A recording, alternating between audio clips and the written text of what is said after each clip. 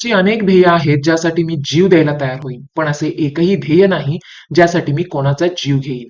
तुम्ही जे काम कराल ते महत्वाचं असू शकतं, पण तुम्ही काहीतरी काम करणं हे सर्वात जास्त महत्वाचं आहे. मित्रांनो, असे उच्च विचार, साधी राहणी, सत्य, अहिंसा, शांती यासाठी सदैव झटणारे आणि याच मार्गावर भारताला स्वातंत्र्य मिळवून देणारे आपले लाडके राष्ट्रपिता महात्मा गांधीजी यांचा जन्मदिवस आपण 2 ऑक्टोबर रोजी साजरा करत आहोत. त्या निमित्ताने ऑलरेडी एक भाषण अपलोड केलेलंच आहे, जे तुम्हाला व्यासपीठ गाजवून द्यायला मदत करेल. त्या भाषणामध्ये सुद्धा आम्ही 2 प्रेरणादायी कथांचा समावेश केलेलाच आहे. त्या व्यतिरिक्त तुम्ही या 7 प्रेरणादायी कथांचा तुमच्या भाषणामध्ये, निबंधामध्ये वापर करू शकता, जेणेकरून तुम्ही तुमचं निबंध, भाषण पहिला नंबर मिळवून देण्यासारखं उत्तम, दर्जेदार आणि कडक बनवाल आणि तुम्हाला फक्त बक्षीस नव्हे तर टाळ्या सुद्धा मिळतील. चला तर जास्त उशीर न करता आपण डायरेक्ट व्हिडिओला सुरुवात करूया. या 7 प्रेरणादायी कथा ऐकण्यापूर्वी चॅनलला नक्की सबस्क्राईब करा. मित्रांनो, या आधीच्या व्हिडिओमध्ये आपण 2 प्रेरणादायी कथा पाहिलेल्याच आहेत. त्या म्हणजे त्यांचा प्रामाणिकपणा आणि त्यांनी संस्कृत भाषा का निवडली आणि त्याचा पुढील आयुष्यामध्ये त्यांना कसा वापर झाला. चला तर त्या गोष्टींव्यतिरिक्त आपण अशा 7 मनोरंजक कथा आणि प्रेरणादायी कथा ऐकणार आहोत, ज्या तुमच्या समोरच्या वक्त्यांना प्रेरणादायी ठरू शकतील. चला तर पहिली स्टोरी आहे खेळाच्या तासाला बुडवण्याची म्हणजेच बंक करण्याची कथा. मित्रांनो, ही कथा खूप रंजक आहे. महात्मा गांधीजींच्या शालेय जीवनातील एक मनोरंजक आणि खूप काही शिकवणारी घटना म्हणजे त्यांच्या खेळाच्या तासाला बुडवण्याची कथा. गांधीजी लहानपणी खूप शांत, अंतर्मुख आणि अभ्यासू विद्यार्थी होते. त्यांना वाचन आणि अभ्यासाची प्रचंड आवड होती, पण त्याच वेळी खेळ आणि शारीरिक शिक्षणात त्यांना फारसा रस नव्हता. शाळेत असताना खेळाच्या तासाला ते बहुतेक वेळा पुट्टी म्हणजेच बंक करायचे. त्यांच्या मते खेळामध्ये वेळ घालवण्यापेक्षा अभ्यासात डुबून जाणं अधिक महत्वाचं होतं. त्यांना असं वाटायचं की ज्याला ज्ञान मिळवायचं आहे त्याने खेळात वेळ का घालवावा. त्यावेळी त्यांचे पी म्हणजे शारीरिक शिक्षणाचे शिक्षक अतिशय कडक होते. काही दिवस गांधीजींनी असं खेळाच्या तासाला न जाताच काढले, पण एक दिवस त्यांचे शिक्षक त्यांच्यावर लक्ष ठेवू लागले. त्यांनी गांधीजींना थांबवलं आणि विचारलं, मोहन, तू खेळाच्या तासाला का नसतोस? तुम्हाला माहित असेलच, मोहन हे गांधीजींचे लहानपणीचे नाव आहे. तुझं शारीरिक स्वास्थ्य महत्वाचं नाही का? गांधीजींनी सरळ उत्तर दिलं, सर, मला अभ्यासच महत्वाचा वाटतो. खेळात वेळ वाया घालवण्यापेक्षा मी अभ्यास करतो. खेळ काय उपयोगाचं? अभ्यासामुळेच यश मिळतं. शिक्षकांनी हसत गांधीजींचं उत्तर ऐकलं आणि त्यांना विचार करायला लावणारे शब्द सांगितले. Mohan, sound mind in a sound body असं म्हणतात. अभ्यास जितका महत्वाचा आहे, तितकाच तुझा शारीरिक विकासही महत्वाचा आहे. जर तुझं शरीर निरोगी नसेल, तर तुझं मन आणि बुद्धी कशी कार्यक्षम राहील? हे शब्द गांधीजींना विचार करायला भाग पाडणारे होते. शिक्षकांनी पुढे सांगितलं, जगात मोठं होण्यासाठी केवळ ज्ञानच नाही, तर शरीराची आणि मनाची जोपासना करणंही तितकंच महत्वाचं आहे. शरीर मजबूत असेल तरच तू तुझं ज्ञान पूर्ण क्षमतेने वापरू शकशील.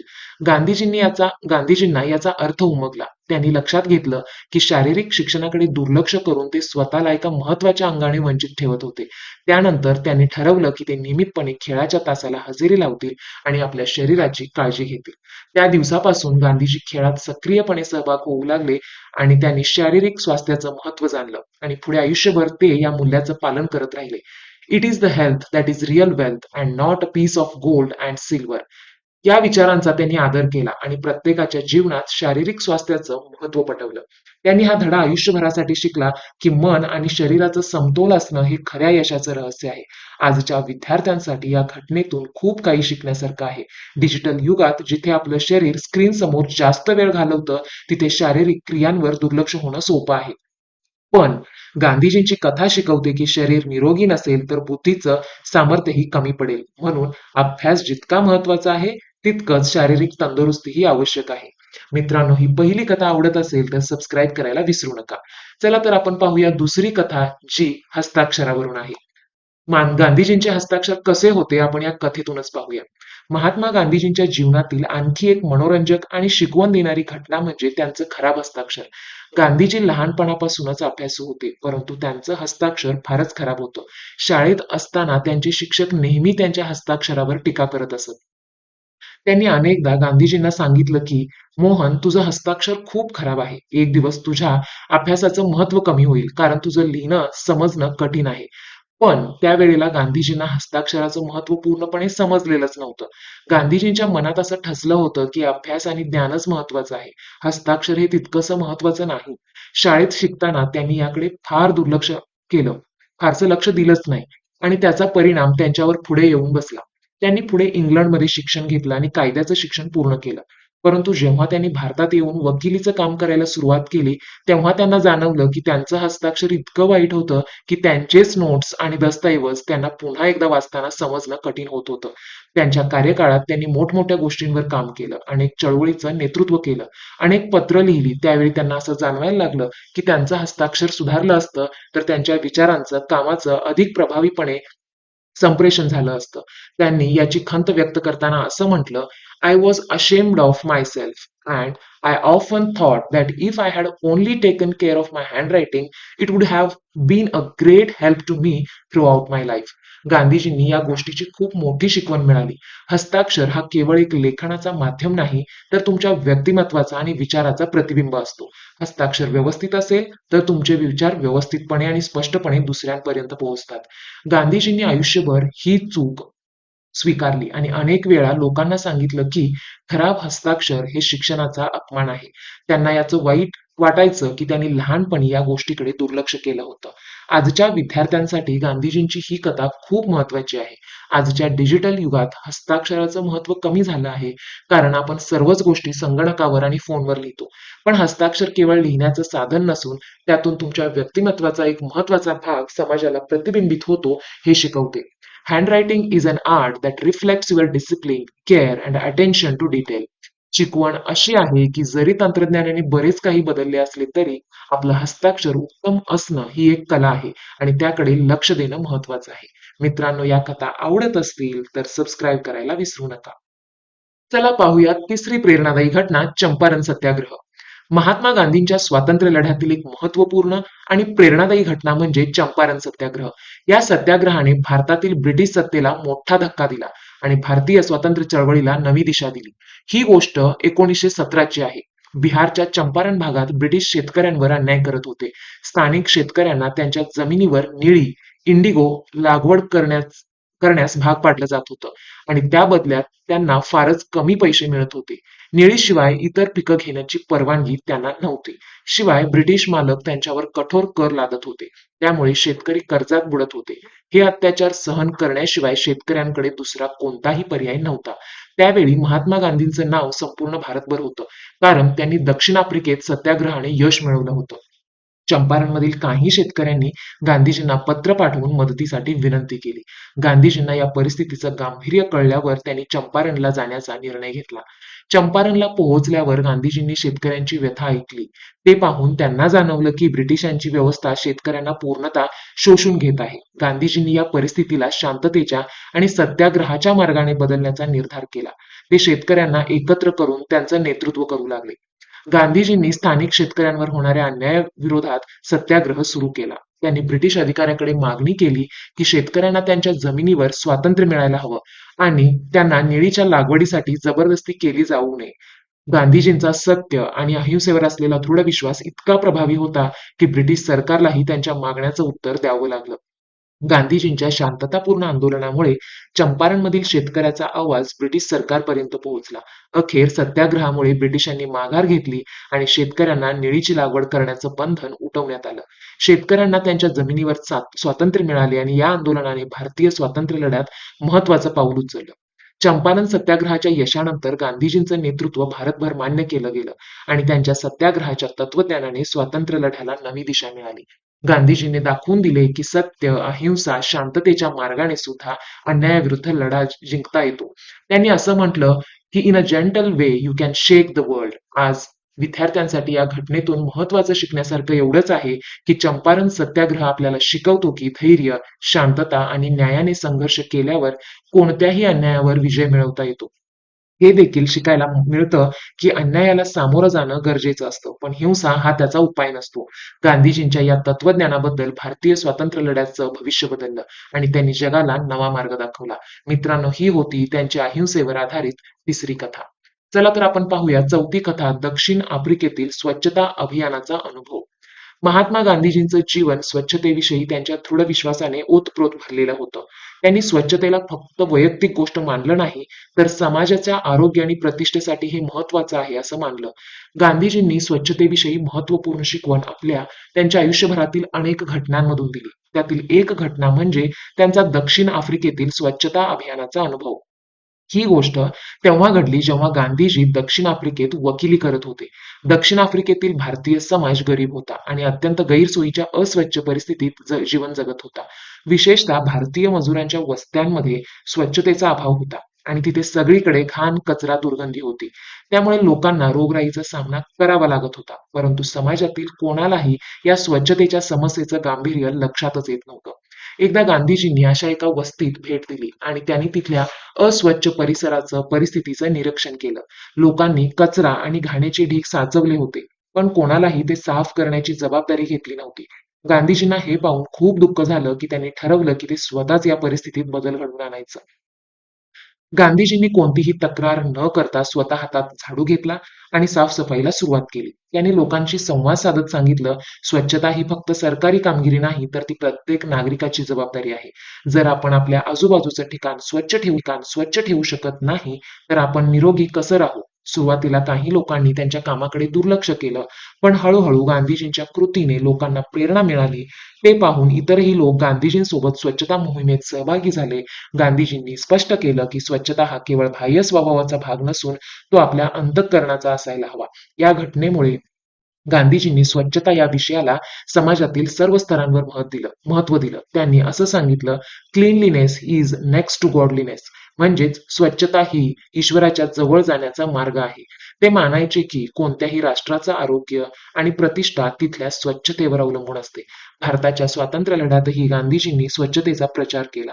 त्यांच्या मते देशाचं स्वातंत्र्य मिळवण्याइतकंच स्वच्छता महत्वाची होती. ते नेहमी म्हणायचे, स्वातंत्र्यापेक्षा स्वच्छता महत्वाची आहे, कारण स्वच्छता असेल तर आपल्या खऱ्या अर्थाने स्वतंत्र होऊ शकू. आजच्या विद्यार्थ्यांसाठी गांधीजींची ही शिकवण खूपच महत्वाची आहे. आजच्या युगात जिथे स्वच्छतेची समस्या अजून काही ठिकाणी मोठी आहे, तिथे प्रत्येकाने गांधीजींच्या विचारांचा अंगीकार करून आपल्या आजूबाजूच्या परिसराची काळजी घेतली पाहिजे. स्वच्छता हा फक्त एक नियम नाही, तर तो आपल्या आरोग्य, प्रतिष्ठा आणि समाजाच्या प्रगतीसाठी महत्वपूर्ण आहे. स्वच्छता म्हणजे केवळ कचरा साफ करणं नाही, तर आपलं मन, विचार, कृतीमध्येही स्वच्छता असणं हे महत्वाची शिकवण आम्हाला गांधीजींनीच दिली. मित्रांनो, आवडत असेल तर सबस्क्राईब करायला विसरू नका. मित्रांनो, पाचवी गोष्ट आहे सत्याग्रहाची शक्ती. महात्मा गांधींच्या जीवनातील एक प्रेरणादायी घटना म्हणजे सत्याग्रहाची शक्ती आणि त्याचा परिणाम. ही कथा 1919च्या रोलेट ऍक्टच्या विरोधात असलेल्या चळवळीच्या काळात घडली. त्या काळात ब्रिटिश सरकारने रोलेट ऍक्ट लागू केला आणि त्यामुळे भारतीयांना अत्यंत कठोर कायद्याखाली ठेवण्यात आलं. या कायद्यामुळे लोकांची व्यक्ती स्वातंत्र्य खूपच कमी झाली आणि सरकारला कोणतीही व्यक्ती ताब्यात घेण्याचा अधिकार मिळाला. भारतीय जनता या अन्यायाच्या विरोधात एकत्र येत होती, पण त्यातले बरेच जण घाबरत होते, कारण त्यांना माहित होतं की ब्रिटिश सरकार किती कठोर आहे. गांधीजींनी या अन्यायाच्या विरोधात एक शांततामय सत्याग्रह आयोजित करण्याचा निर्णय घेतला. त्यांनी आपल्या अनुयायांना सांगितलं की we shall not resist but we shall not yield. Our resistance will be based on truth and non violence. त्यांनी स्पष्टपणे सांगितलं की सत्याग्रह म्हणजे अन्यायाला शांततेने आणि सत्याने विरोध करणे. गांधीजींच्या या विचारामुळे भारतीय जनतेत एक उत्साह जागृत झाला. अनेक लोक गांधीजींना अनुसरून आंदोलनात सामील झाले. त्यांनी शांतता, अहिंसा आणि एकतेच्या विचारांचा स्वीकार केला. गांधीजींनी अनेक ठिकाणी सभा घेतल्या आणि जनतेला प्रेरित केलं. ते म्हणाले, "An eye for an eye only ends up making the whole world blind." याचा अर्थ असा होतो की आपल्याला हिंसेच्या मार्गावर जाऊन समाधान मिळवण्याचा प्रयत्न करण्यापेक्षा अहिंसेच्या मार्गाने संघर्ष करावा. शांततेच्या या आंदोलनामुळे सरकारच्या विरोधात एक मोठा जनआंदोलन उभा राहिला. अनेक लोकांनी रस्त्यावर उतरून सभागृहात भाग घेतला. गांधीजींनी या आंदोलनात सक्रियपणे भाग घेतला, परंतु नेहमीच अहिंसेचा संदेश देत राहिले. अखेर ब्रिटिश सरकारला या आंदोलनाचा सामना करण्यास अत्यंत कठीण गेलं. गांधीजींच्या नेतृत्वाखाली भारताच्या विविध भागातून लोक एकत्र आले आणि या शांततेच्या आंदोलनाने जगभरात मान्यता मिळवली. ब्रिटिश सरकारला अनेक समस्यांचा सामना करावा लागला आणि शेवटी त्यांनी रॉलेट ऍक्ट कायदा मागे घेतला. गांधीजींच्या या यशस्वी सत्याग्रहाने भारतीय स्वातंत्र्य लढ्यात एक नवा अध्याय सुरू केला. त्यांनी सिद्ध केलं की सत्य आणि अहिंसेच्या मार्गाने लढा दिला तर कोणताही अत्याचार संपवता येतो. आजच्या विद्यार्थ्यांसाठी ही कथा खूप प्रेरणादायक आहे. ती शिकवते की आपल्या विश्वासावर टिकून राहणं आणि शांततेच्या मार्गाने संघर्ष करणं खूप महत्वाचं आहे. गांधीजींच्या शब्दात सांगायचं तर, the weak can never forgive. Forgiveness is the attribute of strong. याचा अर्थ असा आहे की जो व्यक्ती शक्तिशाली आहे तोच दुसऱ्याला माफ करू शकतो. सत्याग्रहाची ही घटना आपल्याला प्रेरणा देते. आपण सत्य, अहिंसा आणि एकतेच्या मार्गाने कोणत्याही कठीण परिस्थितीवर मात करू शकतो. हे लक्षात ठेवून प्रत्येकाने आपल्याला जे काही मान्य आहे त्यासाठी लढा द्यायला शिकावं. चला तर मित्रांनो, या गोष्टी आवडत असेल तर सबस्क्राईब करायला विसरू नका. चला तर आपण वळूया 6व्या गोष्टीकडे, गांधीजींनी वस्त्रांचा त्याग का आणि कोणत्या विचारांच्या प्रेरणेखाली केला. महात्मा गांधीजींच्या जीवनातील एक प्रेरणादायी घटना म्हणजे त्यांचा वस्त्र प्रावरणाचा त्याग आणि त्याचा स्वातंत्र्य लढ्यातील महत्व. गांधीजींच्या जीवनात कपड्यांची गोष्ट खूप महत्वाची होती. भारतात ब्रिटिश राजवटीत असताना लोकांना त्यांच्या वस्त्राची स्थिती आणि खर्च यावर बरेच ताण सहन करावा लागला. गांधीजींनी लक्षात घेतलं की भारतीयांना विदेशी वस्त्रांवर किती अवलंबून राहावं लागलं आणि विशेषतः इंग्रजांच्या कापडांवर त्यांनी ठरवलं की त्यांनी त्यांच्या साधेपणाचा संदेश पसरवायला हवं. 1930च्या दरम्यान 10 मार्चला गांधीजींनी दांडी मार्च आयोजन केला. या आंदोलनात त्यांनी समुद्रकिनारी जाण्याचा निर्णय घेतला, जिथे लोकांना सोडलेल्या खारट पाण्यातून समुद्री मिठाचा उत्पादन करणे आणि त्यांच्या विरोध करणे हे होतं. यामागचा संदेश म्हणजे ब्रिटिशांच्या वस्त्रावर आणि मुळातच त्यांच्या साम्राज्याविरुद्ध स्वातंत्र्याची लढाई सुरू करणे होते. गांधीजींनी या मार्चमध्ये एक विशेष गोष्ट केली. त्यांनी एक साधा धोती आणि खादीचं वस्त्र घालण्याचा निर्णय घेतला. त्यांनी आपल्या वस्त्रांच्या साधेपणामुळेच आणि स्वदेशी वस्त्रांच्या वापरामुळेच समाजाला प्रेरित करण्याचा प्रयत्न केला. गांधीजींच्या लहानसे पण महत्त्वपूर्ण निर्णयाने भारतीय समाजाला एकत्र आणण्यास सुरुवात केली. गांधीजींच्या कपड्यांच्या स्वच्छतेचा आणि साधेपणाचा संदेश सर्वत्र पसरला.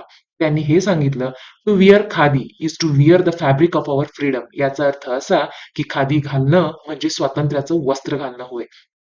त्यांनी खादीच्या उत्पादनाच्या प्रचारासाठी कार्यरत असलेल्या शेतकऱ्यांना प्रोत्साहित केलं. त्यामुळे त्यांनी त्यांची गरज कमी केली आणि स्वदेशी वस्त्रांना महत्त्व दिलं. गांधीजींनी भारतीय जनतेला प्रेरणा दिली की त्यांनी आपल्या जीवनात साधेपणा आणि स्वदेशी वस्त्रांचा स्वीकार करावा. त्यांच्या या साधेपणाने एक सकारात्मक प्रभाव निर्माण केला, ज्यामुळे अनेक भारतीयांनी स्वदेशी कपड्यांचे उत्पादन करायला सुरुवात केली. गांधीजींच्या कपड्यांच्या त्यागामुळे भारतात एक लढाईची भावना निर्माण झाली. त्यांनी सांगितलं, it is not the cloth we wear but the spirit we embody that defines us. आजच्या विद्यार्थ्यांसाठी ही कथा महत्वाची आहे. ती शिकवते की आपली ओळख, मूल्ये, विचार हे आपल्या वस्त्रांवरून दिसत नाही. आपल्या जीवनातील साधेपण आणि स्वातंत्र्याचं महत्त्व जपणं हेच खरे महत्त्व आहे. गांधीजींचा कपड्यांचा त्याग आपल्या मनात विचारांची एक नवीन दिशा देते.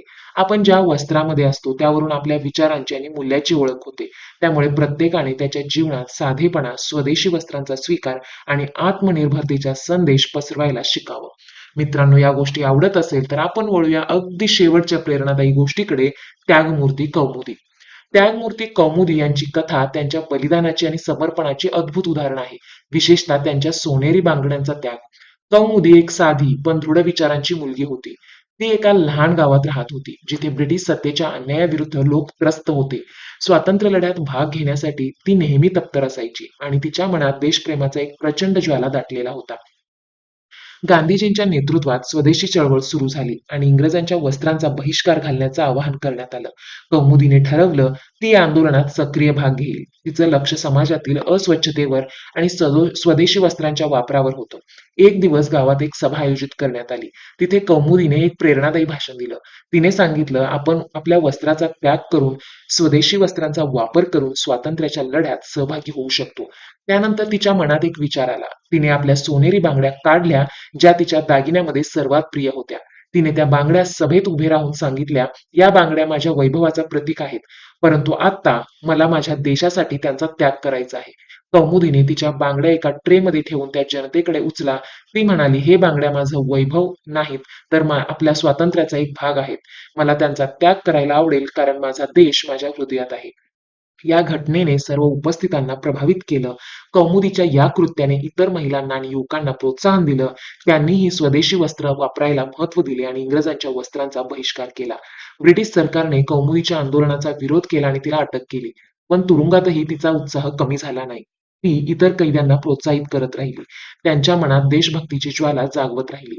कौमुदीच्या बलिदानाने आणि तिच्या बांगड्यांच्या त्यागाने भारतीय स्वातंत्र्य लढ्यात एक अद्वितीय ठसा निर्माण केला.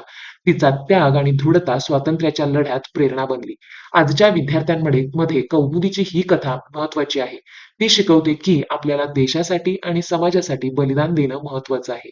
स्वातंत्र्य लढ्यात आपला सहभाग आणि एकतेने आपण कोणत्याही अडचणीवर मात करू शकतो. त्याग आणि समर्पण हेच खरे स्वातंत्र्याचं प्रतीक आहे. मित्रांनो, या 7 गोष्टी तुम्हाला आवडल्या असतील तर लाईक करा, शेअर करा आणि सबस्क्राईब करायला विसरू नका.